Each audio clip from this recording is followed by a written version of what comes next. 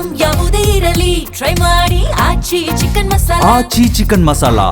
ರಾಜ್ಯ ರಾಜಕೀಯ ಸಂಘರ್ಷದ ವೇದಿಕೆಯಾಗುತ್ತಾ ಬಿಡದಿ ಯೋಜನೆ. ರಾಜ್ಯ ಸರ್ಕಾರದ ನಿರ್ಧಾರದ ವಿರುದ್ಧ ಕೆಲ ರೈತರ ರೋಷಾವೇಶ. ಇನ್ನು ಬಿಡದಿ ಟೌನ್ಶಿಪ್ ಯೋಜನೆಗೆ ಸರ್ಕಾರದಿಂದ ಅಧಿಕೃತವಾಗಿ ಅಧಿಸೂಚನೆ ಬಂದಿದೆ. ಹಾಗಾದ್ರೆ ಸರ್ಕಾರ ಹೊರಡಿಸಿದ ಅಧಿಸೂಚನೆಗೆ ಬಿಡದಿ ರೈತರು ಈಗ ಆಕ್ರೋಶವನ್ನ ವ್ಯಕ್ತಪಡಿಸಿದ್ದಾರೆ.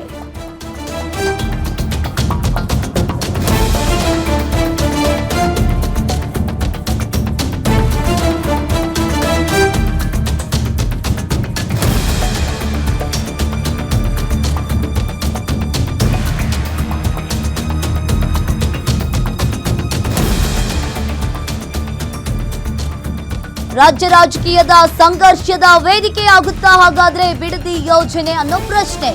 ರಾಜ್ಯ ಸರ್ಕಾರದ ನಿರ್ಧಾರದ ವಿರುದ್ಧ ಕೆಲ ರೈತರು ಈಗ ರೋಷಾವೇಶವನ್ನ ವ್ಯಕ್ತಪಡಿಸಿದ್ದಾರೆ. ಬಿಡದಿ ಟೌನ್ಶಿಪ್ ಯೋಜನೆಗೆ ಸರ್ಕಾರದಿಂದ ಅಧಿಕೃತವಾದ ಅಧಿಸೂಚನೆ ಹೊರಡಿಸಿದ್ದಾರೆ. ಹಾಗಾದ್ರೆ ಅಧಿಸೂಚನೆಗೆ ಬಿಡದಿ ರೈತರು ಕೂಡ ಆಕ್ರೋಶವನ್ನ ವ್ಯಕ್ತಪಡಿಸಿರುವಂತದ್ದು. ಇನ್ನು ರಾಜ್ಯ ಸರ್ಕಾರದ ವಿರುದ್ಧ ಇಂದು ಬಿಡದಿಯಲ್ಲಿ ರೈತರು ಹೋರಾಟದ ಮುನ್ನೆಚ್ಚರಿಕೆಯನ್ನ ನೀಡಿದ್ದಾರೆ. ಇನ್ನು 400ಕ್ಕೂ ಹೆಚ್ಚು ಮಹಿಳಾ ರೈತರಿಂದ ಬೃಹತ್ ಪಾದಯಾತ್ರೆ ಇನ್ನೇನು ಕೆಲವೇ ಕ್ಷಣಗಳಲ್ಲಿ ಆರಂಭವಾಗಲಿರೋ ರೈತರ ಪಾದಯಾತ್ರೆ. ನಮ್ಮ ಭೂಮಿ ಯಾವುದೇ ಕಾರಣಕ್ಕೂ ನಾವು ನೀಡಲ್ಲ ಅಂತ ರೈತರು ಈಗ ಪಟ್ಟು ಹಿಡಿದಿದ್ದಾರೆ. ಇನ್ನು ಒಂದ್ ಕಡೆ ಇನ್ನೇನು ನಮ್ಮ ಭೂಮಿ ಯಾವುದೇ ಕಾರಣಕ್ಕೂ ಕೂಡ ನೀಡಲ್ಲ ಅಂತ ಹೇಳಿ ರೈತರು ಪಟ್ಟು ಹಿಡಿದಿರುವಂತದ್ದು. ಹಾಲ್ ಕರೆದು ಜೀವನ ಮಾಡ್ತೀವಿ, ನಮ್ದು ಅದ್ ಬಿಟ್ರೆ ಏನೂ ಇಲ್ಲ. ಒಂದ್ ದಿವಸ ಮನೆ ಅದ್ ಬಿಟ್ರೆ ಏನೂ ಇಲ್ಲ. ಜೀವನ ಹೆಂಗ್ ಮಾಡೋದು? ಹೊರಗಡೆ ಹೋಗಿ ನಾವು ಸಾಕಾಯ್ತದ, ನಾವು ಜೀವನ ಮಾಡೋಕ್ಕಾಯ್ತದ? ನಮ್ ಕೈಲಿ ಆಗಲ್ಲ. ನಾವ್ ಏನೇ ಹತಗತಿಯಲ್ಲೇ ಬಿಡೋಲ್ಲ. ಈಗ ಡಿ ಕೆ ಶಿವಕುಮಾರ್ ಅವರು ಹೇಳ್ತಾರೆ ಅಲ್ಲಿ ಯಾರು ರೈತರೇ ಇಲ್ಲ, ಎಲ್ಲ ರೈತರು ಬರ್ಲಿ ನಮ್ಮ ಹತ್ರಕ್ಕೆ ಅಂತೇನ್ ಬಂದು ನಮ್ಮ ಹತ್ರ ಮಾತಾಡ್ಲಿ, ಅದು ಗಂಡಸ್ತಾನ.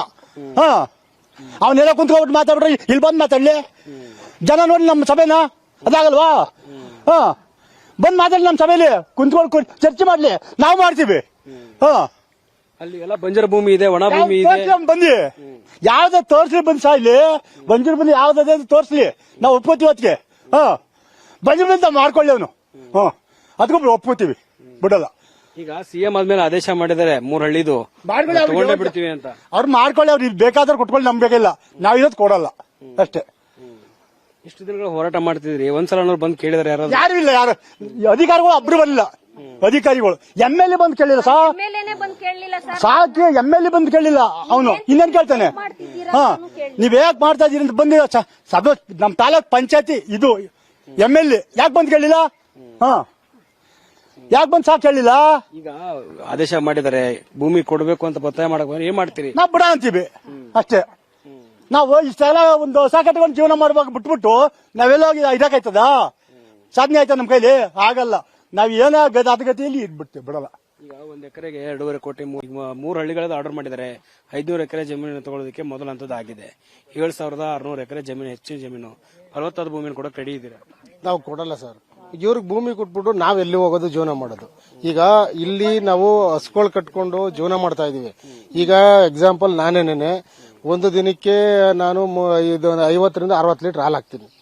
ತಿಂಗಳಿಗೆ ಒಂದು 75 ರಿಂದ 80 ಸಾವಿರ ಪೇಮೆಂಟ್ ಬರುತ್ತೆ. ನಾನು ಗೌರ್ಮೆಂಟ್ ಕೆಲಸಕ್ಕೆ ಅವ್ರು ಕೊಡ್ತಾರ ನನಗೆ ಅಷ್ಟು ದುಡ್ಡು? 50-60 ಸಾವಿರ ಸಂಬಳ ಕೊಡ್ತಾರ. ನಾನು ಓದಿರೋದು SLC. ಕೊಡ್ತಾರ ಅವರು? ಕೊಡಲ್ಲ. ನಾವೀಗ ನೆಮ್ಮದಿಯ ಜೀವನ ಮಾಡ್ತಾ ಇದೀವಲ್ವಾ? ಅಲ್ಲ, ನೆಮ್ಮದಿಯ ಜೀವನ ಅಲ್ವಾ ಇದು ನಾವು ಮಾಡ್ತಾ ಇರೋದು? ಇದನ್ನ ಯಾಕೆ ಅವರು ಇದ್ ಮಾಡೋದು? ಈಗ ಅವ್ರಿಗೆ ಬರಡು ಭೂಮಿ ಉತ್ತರ ಕರ್ನಾಟಕದಲ್ಲಿ ಕರೀತಾವ್ರೆ, ಕೂಗಿ ಬನ್ನಿ ನಮ್ ಕಡೆ ಬನ್ನಿ, ನಮ್ ಕಡೆ ಬನ್ನಿ ಅಂತ. ಯಾ ಕಡೆ ಹೋಗಿ ಮಾಡಕ್ಕಾಗಲ್ಲ ಇವರು? ಯಾಕೆ ಈ ಕಡೆಗೆ ಬಂದು ಇದ್ ಮಾಡೋದು? ಇಲ್ಲೇ ಏನಿದೆ ಅಂತ ಅವ್ರಿಗೆ ಅಂತದೇನಿದೆ ಉತ್ತರ ಕರ್ನಾಟಕ ಮಾಡಿ, ಆ ಕಡೆ ಏರಿಯಾನ ಇಂಪ್ರೂವ್ ಮಾಡಿ, ಆ ಜನನು ಸ್ವಲ್ಪ ಚೆನ್ನಾಗಿರ್ಲಿ ಅವ್ರು. ಯಾಕೆಂದ್ರೆ ಅವ್ರು ನಮ್ ಕರ್ನಾಟಕದವ್ರಲ್ವಾ? ಅವ್ರೇನ್ ಪಾಕಿಸ್ತಾನದವ್ರ? ಯಾಕೆ ಅವ್ರನ್ನ ಉದ್ಧಾರ ಮಾಡಲ್ಲ? ನೀವು ಬರೀ ನಮ್ ಕಡೆಗೆ ಯಾಕೆ ಬರ್ತೀರಾ? ಉತ್ತರ ಕರ್ನಾಟಕದವ್ರು ಇಂಪ್ರೂವ್ ಮಾಡಿ ಪಾಪ. ಈಗ ಅಲ್ಲಿಂದ ಎಲ್ಲ ವಲಸೆ ಬೆಂಗಳೂರಿಗೆ ಬರ್ತಾವ್ರೆ. ಈಗ ಬೇರೆ ಕಡೆಯಿಂದ ಎಲ್ಲಾರು ಬೆಂಗಳೂರಿಗೆ ಬಂದಿ ಬೆಂಗಳೂರು ದೊಡ್ಡದಾಗ್ತಾ ಇದೆ. ಅದ್ರ ಬದಲು ನೀವು ಅಲ್ಲೇ ಹೋಗಿ ಇಂಪ್ರೂವ್ ಮಾಡಿದ್ರೆ ಅವ್ರು ಇಲ್ಲಿಗೆ ಬರಲ್ಲ, ವಲಸೆ ಬರಲ್ಲ ಬೆಂಗಳೂರಿಗೆ. ಅವ್ರು ಅಲ್ಲೇ ಜೀವನ ಮಾಡ್ತಾರೆ. ಇಲ್ಲಿಗೆ ಏನಕ್ಕೆ ಬರ್ತಾರೆ ಅವರು? ಅವಾಗ ಬೆಂಗಳೂರು ನೀವು ದೊಡ್ಡದು ಮಾಡೋ ಅವಶ್ಯಕತೆನೇ ಇಲ್ಲ. ಏನಕ್ಕೆ ದೊಡ್ಡದು ಮಾಡೋಕೆ ಬೆಂಗಳೂರು ನೀವು? ಈಗ ಬೆಂಗಳೂರು ದಕ್ಷಿಣ ಜಿಲ್ಲೆ ಮಾಡಿದೀವಿ, ಅಭಿವೃದ್ಧಿ ಆಗತ್ತೆ. ಬಿಡದಿ ಟೌನ್ಶಿಪ್ ಮಾಡಿದ್ರೆ ಹೊಸ ಉದ್ಯೋಗ ಕೊಡೋಕಾಗತ್ತೆ, ಇಂಡಸ್ಟ್ರಿ ಬರುತ್ತೆ ಅಂತ ಹೇಳ್ತಾರೆ. ಈಗ ಹೊಸ ಉದ್ಯೋಗ ಬರುತ್ತೆ, ಇಂಡಸ್ಟ್ರಿ ಬರುತ್ತೆ. ನನಗೆ 45 ವರ್ಷ ಕೊಡ್ತಾರ ಕೆಲಸ? ನನಗೆ 50 ಸಾವಿರ ಸಂಬಳ ಕೊಡ್ತಾರ? ನನಗೆ ಕೊಡ್ತಾರ ಹೇಳಿ ಸರ್? ಅವರು ನನಗೆ 50 ಸಾವಿರ ಸಂಬಳ ಕೊಡ್ತಾರ? ಅವರು ಕೊಡಲ್ಲ. ಕೆಲ್ಸಕ್ಕೆ ತಗೊಳಲ್ಲ ಫಸ್ಟ್ ಆಫ್ ಆಲ್ ಆಗಿ. ನನಗೆಲ್ಲಿ ಸಂಬಳ ಕೊಡ್ತಾರ ಅವರು? ಅದಾಗೋದಿಲ್ಲ. ಇದಾದ್ರೆ ಇದ್ರೆ ನಾನು 50 ಲಕ್ಷ ಸಂಪಾದನೆ ಮಾಡ್ತೀನಿ ತಿಂಗಳಿಗೆ. ಇದರಲ್ಲಿ ನಾನು ವ್ಯವಸಾಯ ಮಾಡ್ಕೊಂಡು ಹೈನುಗಾರಿಕೆ ಮಾಡ್ಕೊಂಡು ಈಗ ಇವ್ರು ಅಕ್ವೈರ್ ಮಾಡ್ಬಿಡ್ತಾರೆ. ಹಸುಗಳೆಲ್ಲ ಎಲ್ಲಿ ಕಳ್ಸೋದು ನಾವು? ಇವ್ರ ಹಸುಗಳಿಗೆ ಏನಾರ ಹೇಳಿದಾರ ಪರಿಹಾರ? ಏನು ಇಲ್ಲ. ಬರೀ ಭೂಮಿ ಮಾಡ್ತೀರಿ, ಮರ ಕಡ್ದಾಕ್ತೀರಿ, ಹೋಗ್ತೀರ. ನಾವು ಇಲ್ಲಿರೋ ಕುಮಾರಸ್ವಾಮಿ ಅವ್ರು ಮಾಡಿದ್ರು, ಅವ್ರ ಮಾರ್ಗದರ್ಶನದಲ್ಲಿ ಮಾಡ್ತಿದೀವಿ ಅಂತ ಹೇಳ್ತಾರೆ. ಅವ್ರು ಯಾರೇ ಮಾಡ್ಕೊಳ್ಳಿ, ಯಾರೇ ಬಿಡ್ಲಿ, ನಾವಂತೂ ಬಿಡಲ್ಲ. ನೋಡಿ, ಇವಾಗ ನನ್ಗೆ 60 ವರ್ಷ ವಯಸ್ಸು, 5 ಹುಲ್ ಕುಯ್ಕೊ ಬಂದಿದ್ದೀನಿ. ಇವಾಗ ಸಾಯಂಕಾಲ ಗಂಟ ನಿಮ್ದಿಯಾಗಿ ಎತ್ತಿನ ಮಾಯ್ತಾವು. ನಾವ್ ಯಾರ ಮನೆ ಬಾಗಿಲಿಗೆ ಹೋಗಿ 1 ರೂಪಾಯಿ ಕೊಟ್ಟಿ ನಮ್ ಜೀವನಕ್ಕಿಲ್ಲ, ನಮ್ ಕಷ್ಟ ಅಂತ ನಾವ್ ಕೇಳಲಿಲ್ಲ. ನಮ್ ಜೀವನ ನಾವು ರೂಪಿಸ್ಕೊಂಡಿದೀವಿ. ನಾವು ಕಷ್ಟ ಪಡ್ತಾ ಇದೀವಿ, ಗೇಯ್ತಾ ಇದೀವಿ, ನಾವು ತಿಂತಾ ಇದೀವಿ. ಯಾವ ಅಧಿಕಾರಿಗಳನ್ನ ಹೋಗಿ ನಾವು ಕಾಸು ಕೇಳಲಿಲ್ಲ. ಅವ್ರು ನಮ್ ಜೀವನಕ್ಕೆ ತಂದಾಕ್ರಿ ಅಂತ ಕೇಳಲಿಲ್ಲ. ನಮ್ ಜೀವನ ನಾವು ಮಾಡ್ಕೊಂಡಿದೀವಿ. ನಾವು ಭೂಮಿ ಬಿಟ್ಕೊಟ್ಬಿಟ್ಟು ಜೀವ ಕಳ್ಕೊಳ್ಳೋಣ ನಾವು? ನಾವ್ ಈ ತರ ಜೀವನ ಬೇರೆ ಕಡೆ ಎಲ್ಲೋಗಿ ಮಾಡಕ್ಕಾಯ್ತದೆ? ಎಲ್ಲೂ ಮಾಡಕ್ಕಾಗಲ್ಲ. ನಾವು ನೆಮ್ಮದಿಯ ಜೀವನ ಮಾಡ್ತಾ ಇದೀವಿ. ಅವನ್ನೇನ್ ಕೇಳಿಲ್ಲ ನಾವು. ನೀನ್ ಬಂದಿ ನಮ್ಮನ್ನ ಉದ್ಧಾರ ಮಾಡಪ್ಪ ಮಟ್ಟಪ್ಪ ಅಂತ ನಾವು ಕೇಳಿಲ್ಲ. ನಮ್ ಜೀವನ ನಾವು